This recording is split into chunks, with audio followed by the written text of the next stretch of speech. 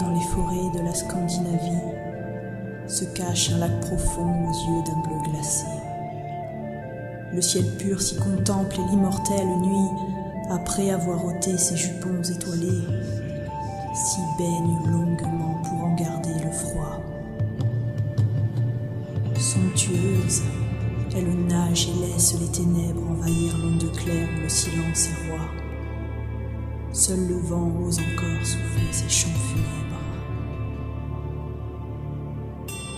C'est ici, en ce lieu mystérieux et sauvage, qu'apparaît à minuit, ombre parmi les ombres, un signe féminin. D'ébène est son plumage, mais il crève pourtant ce paysage sombre. Son bec ensanglanté triture les abysses, dans une douce étreinte, attrape des baisers. En son cœur, il n'est pas de plus soyeux délice que cette nourriture au goût d'éternité. Ses ailes se déploient, fouettent l'air avec grâce, aussitôt que la lune éclaire les eaux noires. Deux anges descendus des paradis de glace viennent porter sa traîne ornée de désespoir. Les plumes se défont comme tombe une robe qu'aurait jeté l'amant pressé d'aimer le corps. L'oiseau de l'absolu s'allonge et se dérobe chaque fois qu'un rayon agrippe ses trésors. Le brouillard immobile, avide du miracle, pareil à un rideau couvrant sa nudité, attend quand ses draps blancs commencent le spectacle, une transformation d'une rare beauté.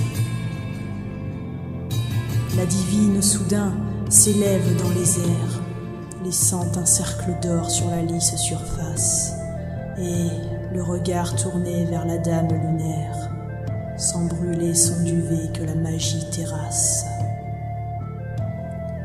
Comme pour éclairer son entrée sur la scène, se déploie dans les cieux l'aurore boréale. L'obscur oiseau se change en envoûtante reine, revêtue seulement de la mue sépulcrale. Sa peau a les reflets verdoyants de l'absinthe. Son visage est un temple où luit la perfection.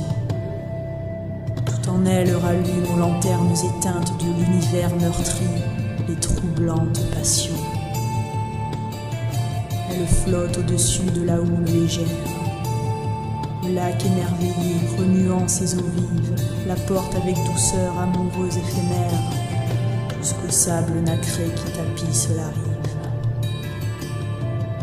Là, dans les rayons frais de sa phosphorescence, en un geste suave, elle noue ses cheveux.